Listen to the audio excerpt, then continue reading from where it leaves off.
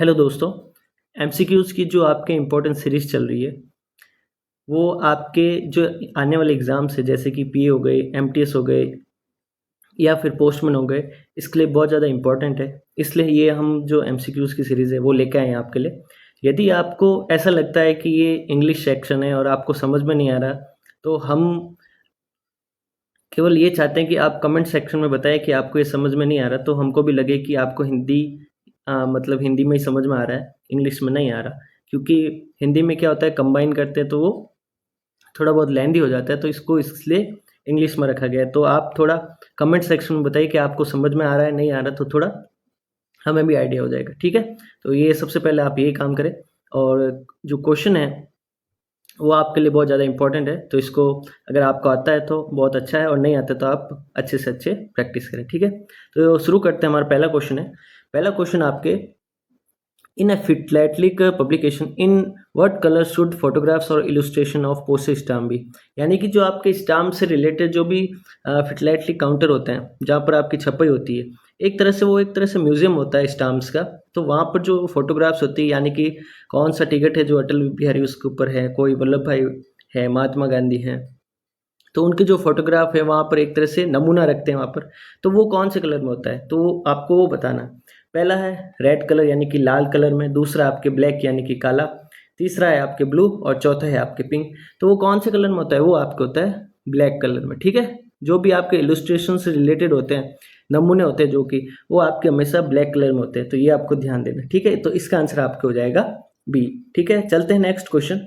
Next question है public is advised not to use wax for sealing outside of any type of letters and package unless such sealing is considered essential for the protection of such articles। यानी कि जो public होता है उसको मना किया जाता है कि आप वैक्स ऊपर ना लगाएं, क्योंकि वैक्स क्या होता है कभी कभी गल जाता है गर्मी के कारण। तो बाहर उसको आउटसाइड उसकी वैक्सिंग या सॉरी उसके ऊपर सीलिंग नहीं करनी चाहिए, उसके ऊपर वैक्स नहीं लगाना चाहिए। यदि वो अनरजिस्टर्ड आर्टिकल और उसको नेसेसरी है तो आप कर सकते हो। तो कौन से आर्टिकल में आप लगा सकते हो बात, तो वो आपके होता है अनरजिस्टर्ड आर्टिकल। तो इसमें आपके क्वेश्चन पूछा है कौन से आर्टिकल में, तो वो आपके होता है अनरजिस्टर्ड आर्टिकल में, ठीक है?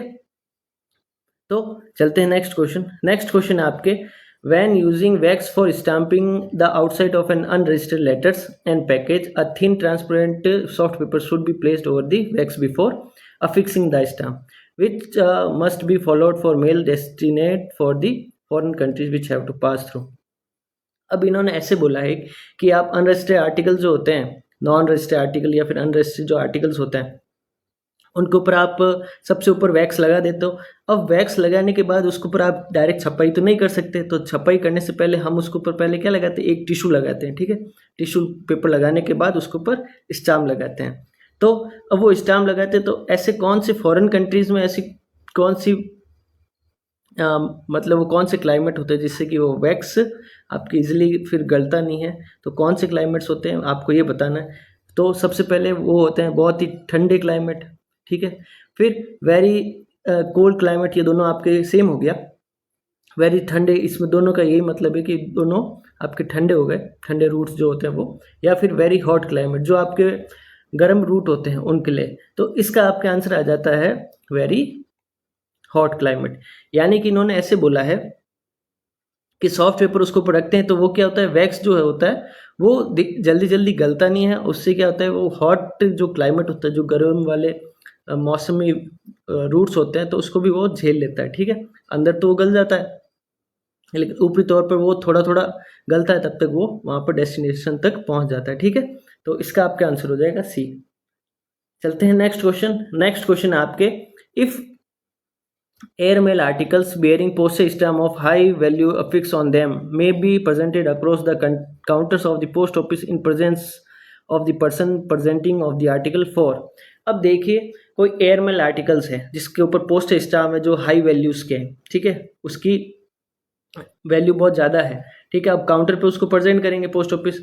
अब उसको सबसे पहले क्या जाएगा, सबसे पहले क्या जाएगा, an stamp to be fix to the postal article. अब कुछ और पोस्टल आर्टिकल्स के ऊपर जो पोस्टल स्टाम्प है वो उस आर्टिकल पे और लगाया जाएगा, या फिर stamp to be deface, stamp को जो है एक तरह से काटा जाएगा, ठीक है? तीसरा है आपके deliver the item to the next day, यानी कि नेक्स्ट डे उसको डिलीवर कर दिया जाएगा, या फिर ऑल ऑफ दी ये सारे किए जाएंगे। तो उसको क्या करते हैं, सबसे पहले स्टाम्प को डिफेस किया जाता है। डिफेस का मतलब जैसे स्टाम्प लगा हुआ है, अब आपके पास पहुंच गया और वो डिफेस नहीं कर रखा है, इसका मतलब उसको एक तरह से काटना या फिर उसको स्टाम्प लगाना, तो इसका मतलब डिफेस होता है।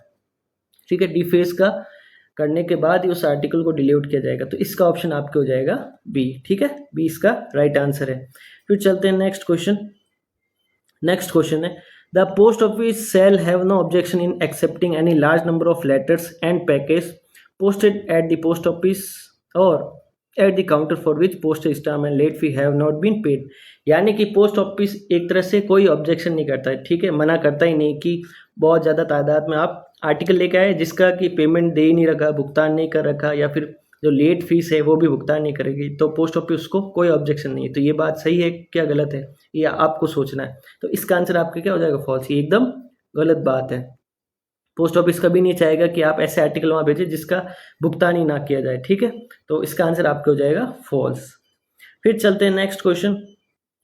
नेक्स्ट क्वेश्चन है आपके, postal items containing the following item will not be transported by post until due custom duty is paid. ठीक है, ऐसे कौन से आर्टिकल्स है जिसके ऊपर कस्टम ड्यूटी अगर पेड नहीं हो तो उनको ट्रांसपोर्ट यानी कि आगे नहीं भेजा जाता।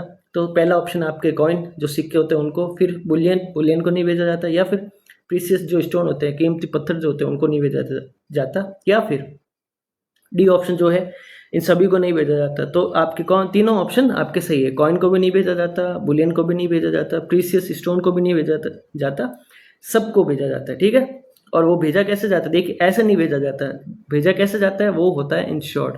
ठीक है, नॉर्मल ऐसे नहीं भेजा जाता, इंश्योर्ड करके भेजा जाता है, ये आपको ध्यान देना। ठीक है, नॉर्मल आप इनलैंड तरीके से नहीं भेज सकते, ऐसे आर्टिकल्स हमेशा इंश्योर्ड तरीके से ही जाते हैं। ठीक है, तो इसका आंसर आपके डी हो जाएगा। फिर चलते हैं नेक्स्ट क्वेश्चन। नेक्स्ट क्वेश्चन है, the minimum number of post office required to be date stamp on each letter packet and parcel. अब इसमें बोला गया है कि जो minimum number of post office जो होते हैं उस पर स्टाम्प लगाते हैं।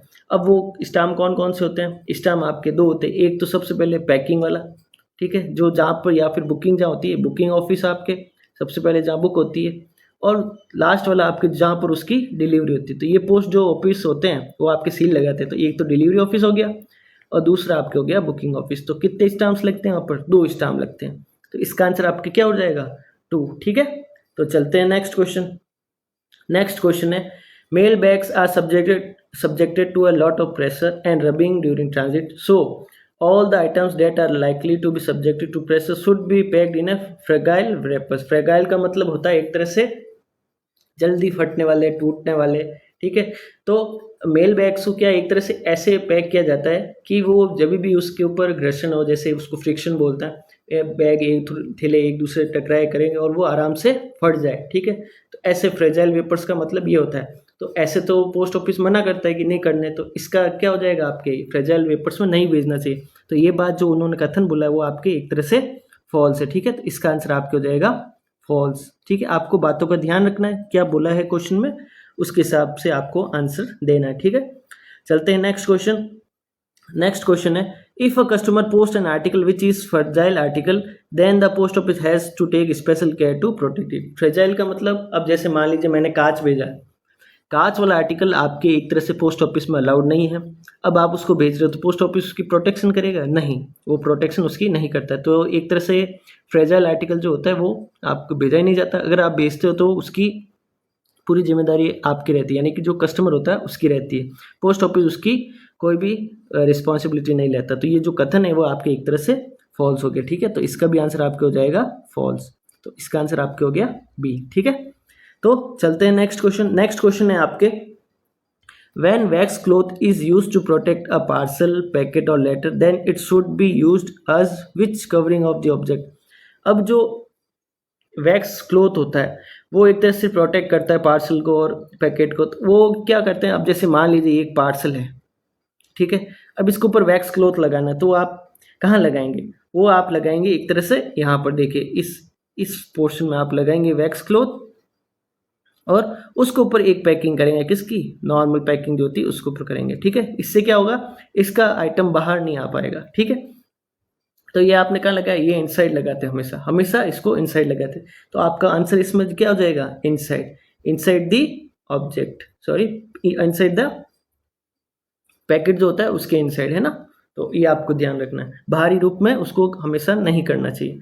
तो चलते हैं नेक्स्ट क्वेश्चन, इसका आंसर आपके बी हो जाएगा। चलते हैं नेक्स्ट क्वेश्चन। नेक्स्ट क्वेश्चन है आपके, the post office ask every customer to close the letter, packet और parcel in such a way that it does not have a sharp और cutting edges which may cause injury to the employees. हमेशा post office एक तरह से ऐसी बातें करता है कि आप जो पैकेट है, लेटर है, या फिर कोई भी एक ऐसा आर्टिकल है जो आप भेजना चाहते हैं, उसके ऊपर शार्प या कटिंग एजेस अगर नहीं है तो वो वैसे आपको भेजने हैं, और फिर उससे क्या होता है, एम्प्लॉय को इंजरी हो जाती है। तो ये कथन सही है कि नहीं है, ये आपको बताना।